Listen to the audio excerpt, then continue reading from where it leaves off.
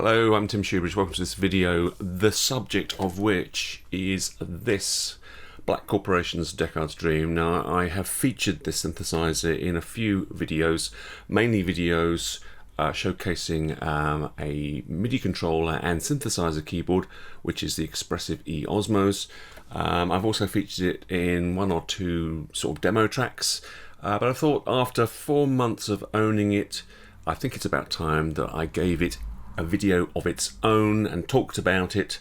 And so these are my lasting impressions, having used this synthesizer not every single day, but every single week for the last 4 months. So that's what's coming up. A very, very brief kind of overview of the capabilities of the synth.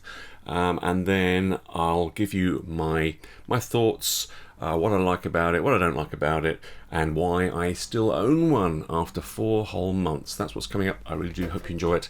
As always, thank you very, very much for watching.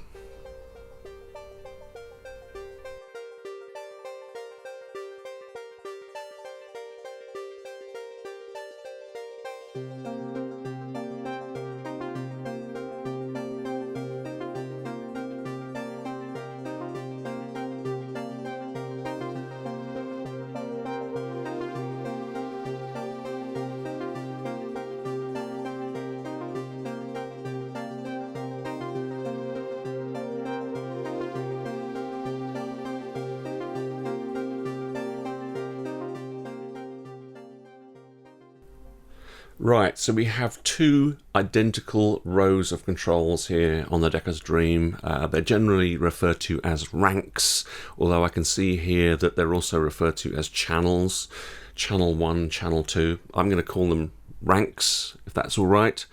Let's just see what we have across each rank, because each of these ranks is basically a totally separate synth engine, synth voice, if you like. So we have an oscillator section, a filter section, an amplifier section, and then we have some performance controls per rank. So on the left hand side here, we have the oscillator section. We have an oscillator with two different waveforms to choose from. We've got pulse wave and a sawtooth wave. You can't mix them or blend them together. They're either on or off. But in terms of the pulse wave, we've got individual control over pulse width, and we can set pulse width modulation using a dedicated LFO per rank. So this is the speed control for that. So that's our pulse width modulation and our two waveforms. We've got noise, which we can blend in with a slider here, and then the result, the audio signal coming out of our oscillator section, is fed into our filter section.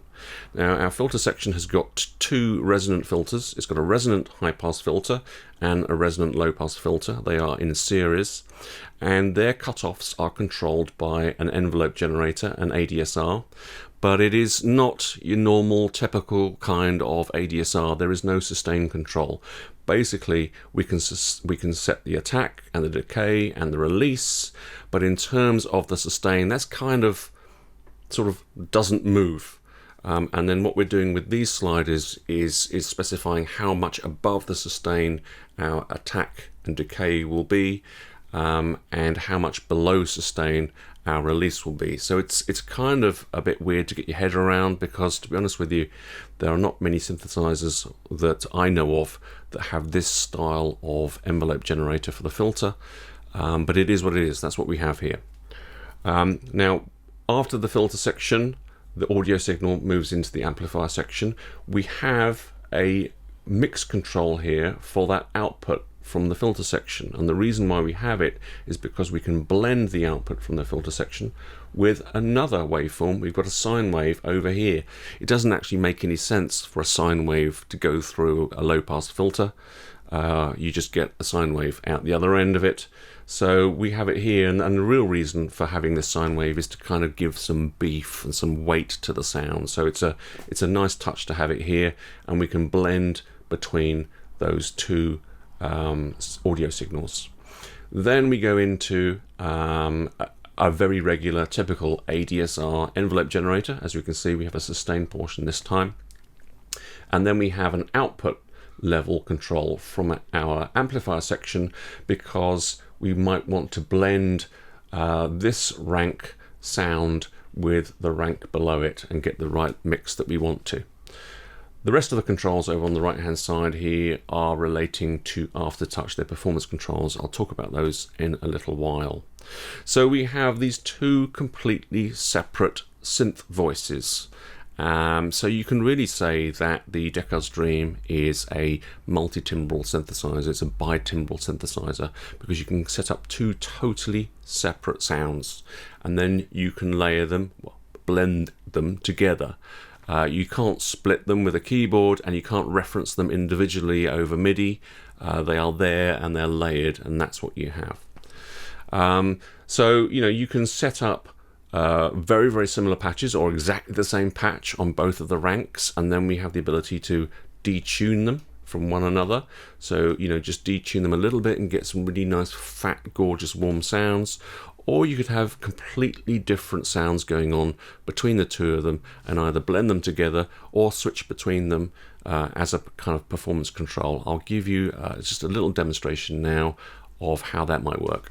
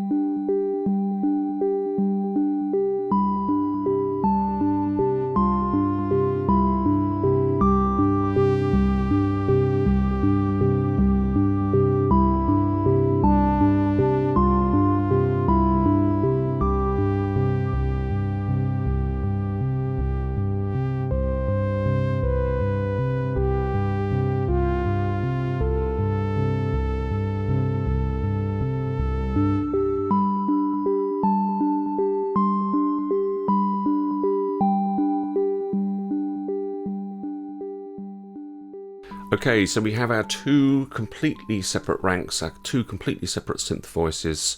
We've got the ability to blend between them with this control here. We've got the ability to detune them with this control here. And in terms of the frequencies that they play, you'll hear that they weren't playing in that demo, they weren't playing exactly the same frequency. That's because we've got independent control over their frequencies, over their pitches with these two sliders here. We haven't got infinite control. We can't create some sort of wild and wacky detunes. We have these foot settings here, but that means that we have the opportunity to create some sort of like nice, harmonically compatible differences in pitch between the two ranks. Other than that, well, I've mentioned before that we have two dedicated LFOs, one per rank, and those LFOs are for controlling pulse width modulation only. But we do have a third LFO. It's kind of like a global LFO because it's applied to both of the ranks at the same time. We have a wide variety of different waveforms for it. We can set the speed, and in terms of the modulation destinations for this LFO, we've got three of them. We've got pitch, which is the pitch for both ranks together, filter cutoff, which is the filter cutoff for both ranks together, and again it is all four filters. And then we have control over amplitude, VCA, and again it is for both ranks together. So we can modulate both of them together. The rest of the controls here really are sort of like just overall kind of global tweaking of the sound, tweaking of the performance of the keyboard, and other performance controls. A lot of them relate to polyphonic aftertouch, which is of course what the Deckard's Dream is famous for, and the original Yamaha CS80 was incredibly famous for polyphonic aftertouch. So we have per rank, we have the ability to control brilliance, and brilliance is the term used for filter cutoff. So we can set not only the aftertouch level for cutoff, but we've also can set the initial level, and as well as aftertouch controlling the cutoff of the filters, we've got control over the overall level as well, and that's on a per rank basis. So a lot of polyphonic aftertouch control over each rank. And then we've also got a set of controls here relating to polyphonic aftertouch and how they can control the modulation that's going on with this LFO. So we have ability to affect the amount of filter cutoff modulation that the LFO is performing, how much pitch modulation it's performing. We can actually change the speed of the LFO using aftertouch, and we can also control pitch bend as well. So there's a lot of performance controls here in the Deckard's Dream. And if that's not enough, we've got overall kind of global control of filter cutoff and resonance as a kind of global override over the filter settings themselves with these two sliders. We've got the ability to tweak the way that the keyboard is responding to filter cutoff and volume with these sliders here. They're kind of almost creating kind of like a filter tracking kind of thing in terms of the brilliance controls, and then we have something similar in terms of loudness. So we can, make the the higher notes louder or quieter than the lower ones, or whatever we want to do with these. So there's an awful lot of like tweaking of the sound, which you don't normally find on a polysynth, I have to say. And then as well as that, we have got a portamento, but it's not just portamento, it's also can be glissando, and we have a switch for that. So that's quite unusual. We can have sort of global control over the sustain of our notes.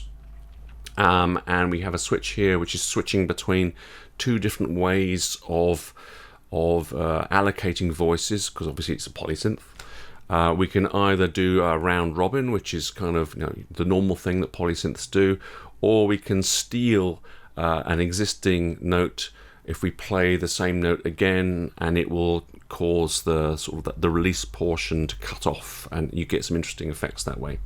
So there is a lot of control over the sound and over how your keyboard is interacting with the synthesizer, which is cool. And then obviously very, very bottom right here, we've got the little LED screen, the OLED screen for menu settings, saving and loading presets, that kind of stuff.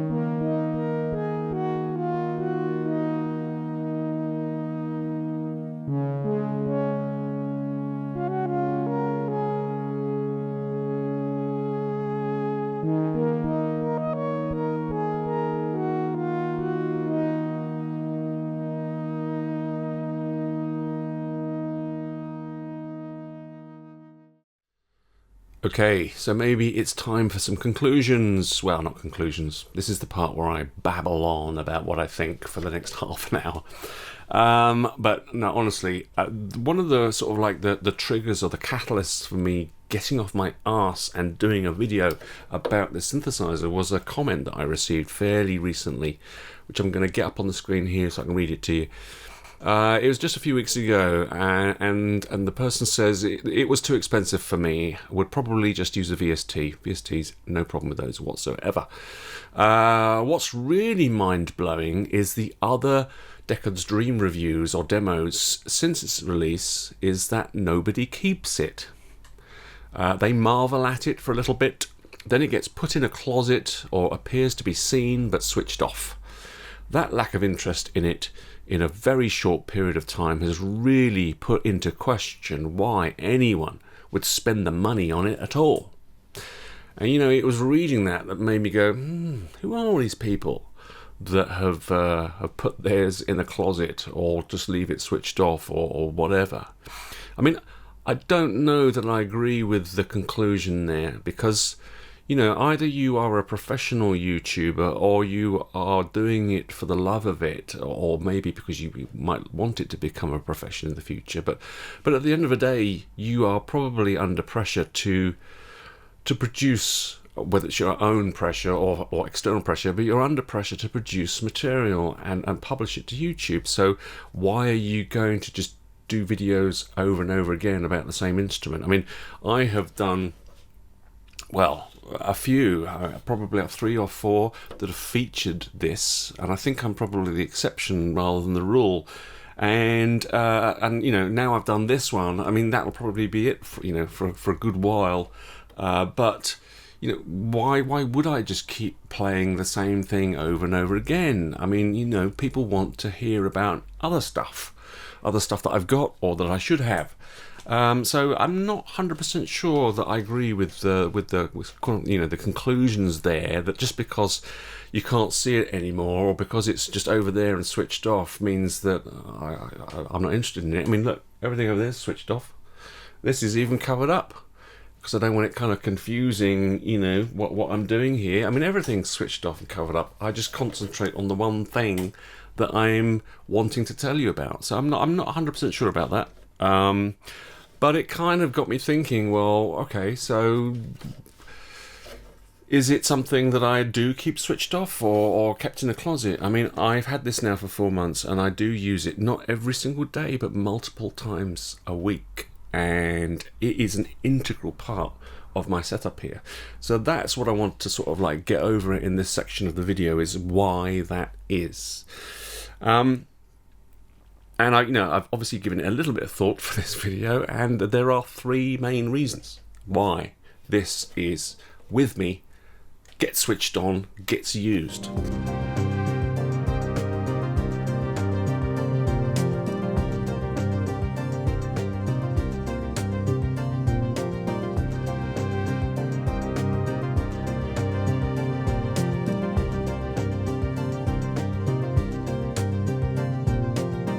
The first one is very, very simple, and that is the polyphonic expression capability of this thing is unbelievably mind-blowing to me. I don't own another instrument that has the same capabilities as this in terms of polyphonic aftertouch and MPE. Certainly not one that's got any analog circuitry in it, and this is 100% analog in terms of its signal flow.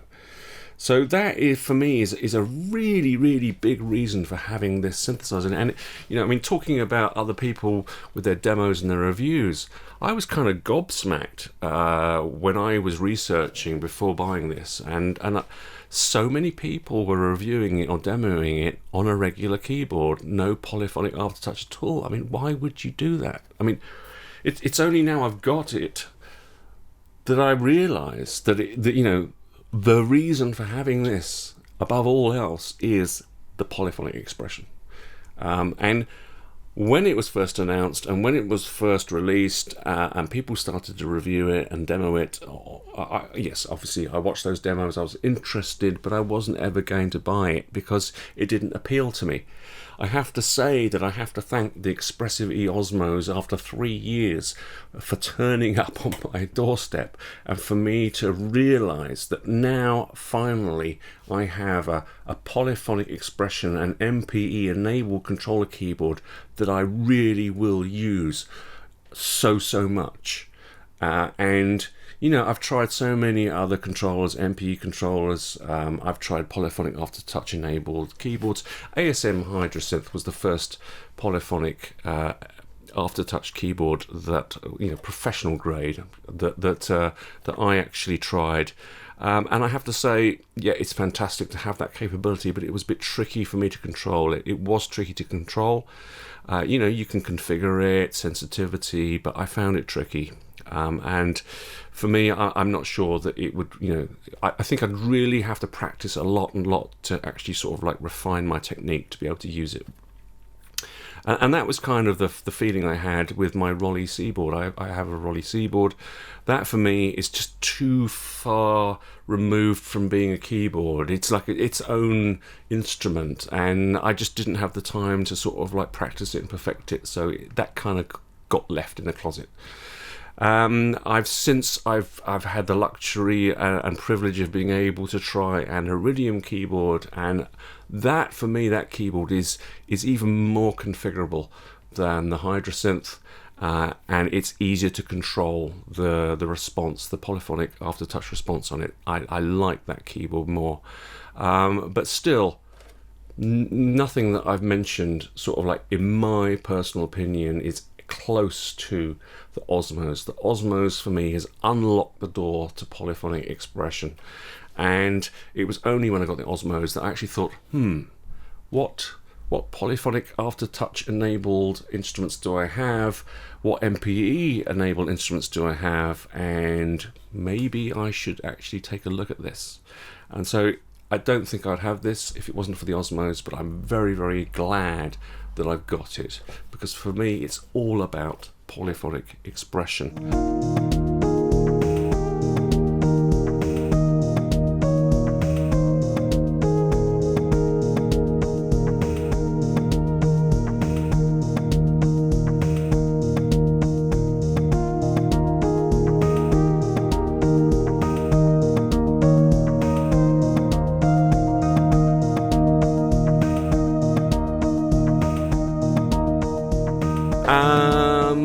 Next thing is actually the sound of it. I love the sound of this. It sounds very, very organic. It sounds very analog. It is analog, let's face it.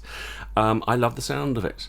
You know, and the fact that it is bitimbral, you've got the two completely separate synth voices. You can create some very interesting combinations that react differently to expression that you can build up. Of course you can do that with other synthesizers, of course you can, but at the end of the day, it's the expression with the sound all together is the package for me. The sound is wonderful. I'm going to read you another comment. This is about a month ago. I really think the Deckard's Dream sounds quite modern. I think the huge price point and the connection to the CS80 make people want it, but the sound is not more vintage overall than a Prophet 6 or OB6. It's definitely no CS80. Well, you know, Sequential went to great lengths to get their Prophet 6 and OB6 to sound vintage. They've got that sort of vintage slop control in there. It's wonderful, don't get me wrong, it is wonderful. You know, those synthesizers do sound vintage. They sound, you know, they've got, you can add that unpredictability, that's kind of, you know, random kind of detune going on in there. This thing, actually, out of all of my analog synthesizers, this actually drifts out of tune more than other ones that I have. I've never mentioned that in a video before, but it does. It drifts out of tune, but it drifts out of tune in a way that I like. It's gradual. It really is gradual. I do need to sort of like do some kind of experiment and you know, with my Excel graph and try and plot how out of tune it goes and for how long, but I get the impression that it's quite a long time that it's drifting out of tune. But it gives you that vintage vibe if you want it to. I mean, if you wanted to record a segment for video and just sort of like retune the oscillators before you do so, then you're not going to get that vibe. It's so easy to retune and recalibrate, and so quick to recalibrate your voices through the little menu system here. that it is no big deal, the fact that it drifts out of tune, but I love the fact that it does, because you just get those periods of time when it's just starting to go and it just sounds wonderful. And so, yeah, it does sound vintage, and of course it can sound modern. If you want it to sound modern, you can make it sound modern. You can make it with some snappy envelopes and spot on tuning and quickly record that. Thanks very much. Done. Job done. You can make a synthesizer sound however you like, but this one does drift out of tune, whereas my Prophet 6 and OB6 do not in the same way at all. And I love it, actually. It's a plus point.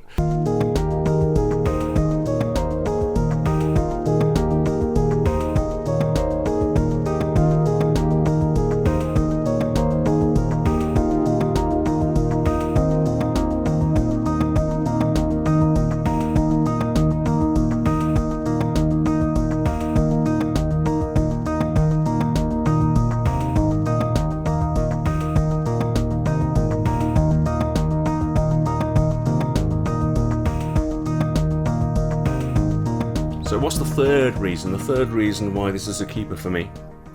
It's because it's unusual, and let me try and explain what I mean. You know, subtractive synthesizers, they're all got a similar architecture: oscillators, filter section, amplifier section. They're going to have some modulation capabilities, LFOs, envelopes.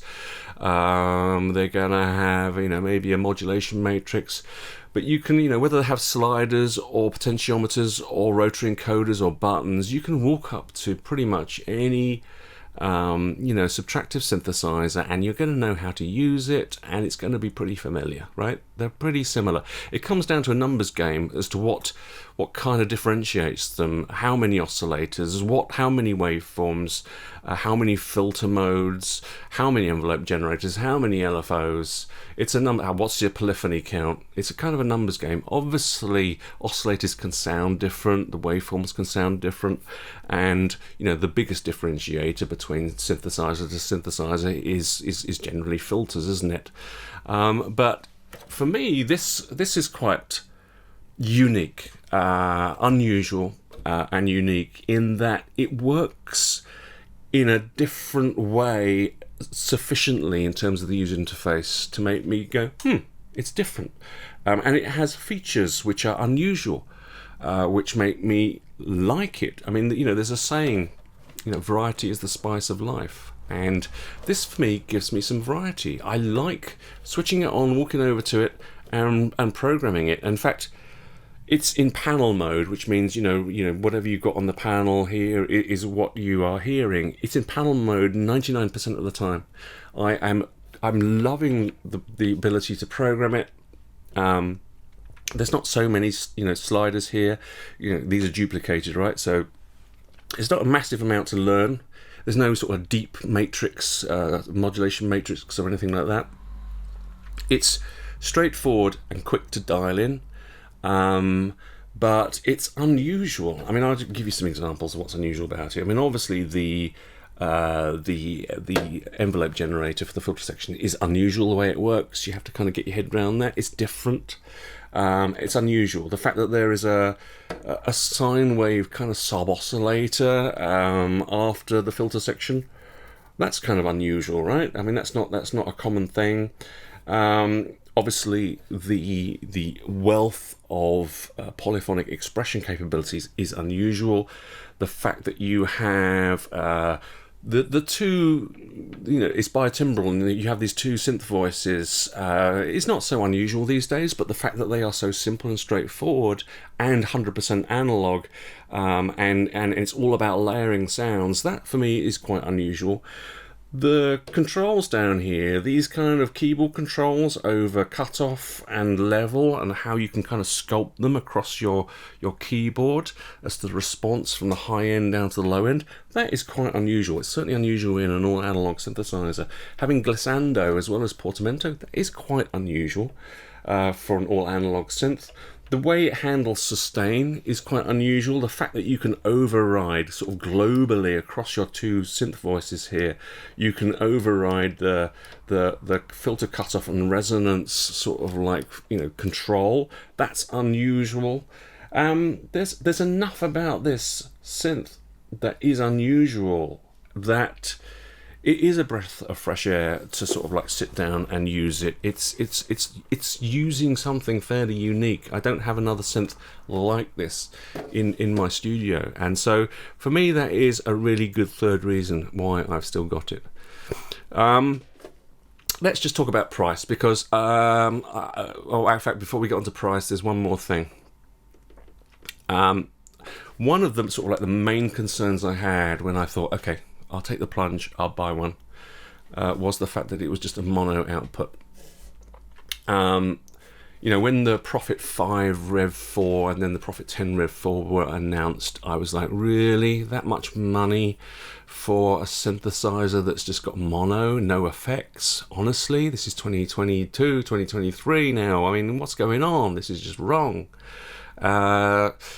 That was my opinion of it, and having just a mono output on a brand new synthesizer felt wrong to me. I'm going to show you now this comment here. This is from a couple of months ago. $4,000 and only one out. What were they thinking? And you know what? That was exactly my way of thinking about the Prophet 5 and Prophet 10 Rev 4, and I was worried about this one single output here with this guy, and this has changed my mind. The sound of it, I love it. The fact that it's mono does not bother me. Obviously, I play it through a stereo delay and a stereo reverb, and I get that little bit of, different sound in my two old ears, and I like that. And so it's not a bother to me. And I thank the Deckard's Dream for kind of sort of like showing me that having a mono output doesn't have to be, bad news. So coming back to that comment, $4,000 and only one out, and then the other two comments that I've already mentioned, way too expensive for me.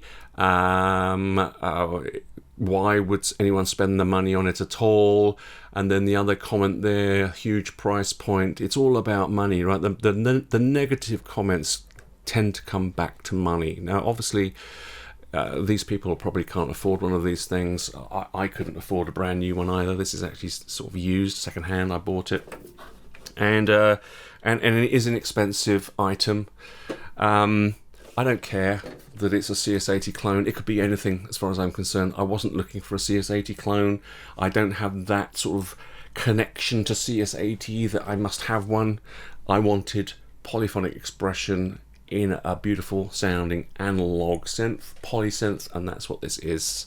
In terms of the price point, I will just sort of like pop up some price comparisons now. There's been a few recent announcements of synthesizers that are coming out, and the price of these synthesizers, they're all eye-watering now. They're well over £3,000 or even £3,500 here in the UK. I think we really are entering into a period of time where manufacturers are releasing wonderful looking and sounding gear that most of us cannot afford, and I think that's a real serious shame. Do we blame it on the recession? Sorry, not recession, on inflation? Do we blame it on the world economy? Do we blame it on chip shortages or whatever? I don't know what we blame it on, but I think it's sad, and I really do look forward to some reasonably priced, affordable, polyphonic analog synthesizers being released at some point later this year or some other time, because I just don't know how people are going to be able to afford this new gear that's coming out right now. The prices are eye-watering, and when you look at the price right now in the UK of a Moog 1, 16 voices, it's over £10,000 here in the UK. It's just insane, absolutely insane. So we now really are in the realm of luxury sports cars as far as these new instruments are concerned. I think it's a real shame, but never mind. So that's it. Those are my three main reasons for loving the Deckard's Dream. Why it is not in my closet. Why it does get switched on, but not in my videos when I'm not featuring it, and why I use it week in, week out. Because polyphonic expression, if you've never tried it, definitely try it. It might just convert you. The sound, for me, I love it. For me, it sounds vintage. For me, it can sound modern. It can sound whatever you want it to be. It doesn't have cross mode, it doesn't have FM between the two oscillators, which is why the original CS80 had a ring mod section, and which is why people kind of complained about this, that it doesn't have one, and which is why you need to hook it up to a ring modulator, pedal, or URAC module, whatever it is you want to do, and I've done a video about that. So that's the bit that's missing. And the third reason is it is different, it is quirky, it's unusual, and I love programming it. That's it. Until my next video, as always, thank you very, very much for watching.